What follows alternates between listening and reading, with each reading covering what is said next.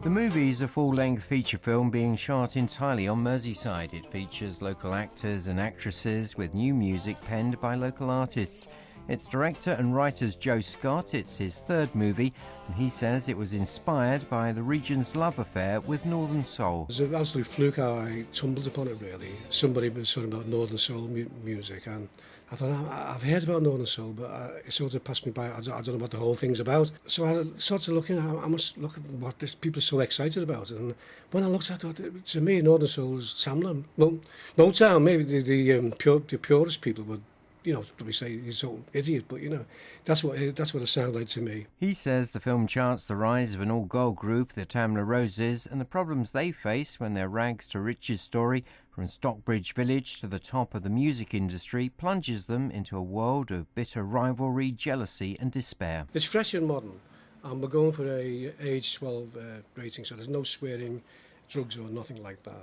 Even though our leading lady, who was also called Tamla Rose, she goes through a bad time, and it's the bottle, really. And she starts out at a very early age, 17. And the story about three young girls in a Tamla Motown style group, and they end up, people see the pop business as glamorous, and but we're trying to show the other side, the nitty gritty, but without the drugs and everything that everyone else does, So we tried to show it in a fresh approach, and how she overcomes her problem with drink, and how supportive her family is at the same time. He's keeping the ending under wraps, but says it's unexpected and moving. He's also hoping the Liverpool Tamla Motown sound could catch the attention of the music world and enjoy chart success.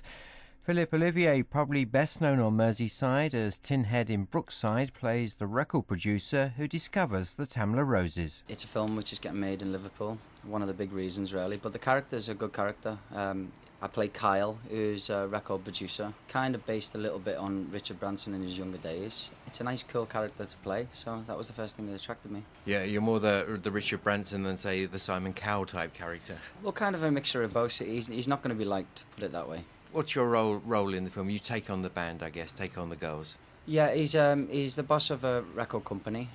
He takes on the girls, but he's ruthless. He's a businessman, and he doesn't pay them what they should, which is the basis of the film, really. And everyone kind of revolts against him. He's a womanizer. He's all the things you hate, really. And he says Liverpool's a great place to shoot a movie. It's nice to be working in the city, and the city is such a great backdrop, and there's some great scenes with great views in where we can all appreciate the city, and thank God that we're doing another film in the city. The film's in the last weeks of production, and then comes the battle to secure screenings in cinemas.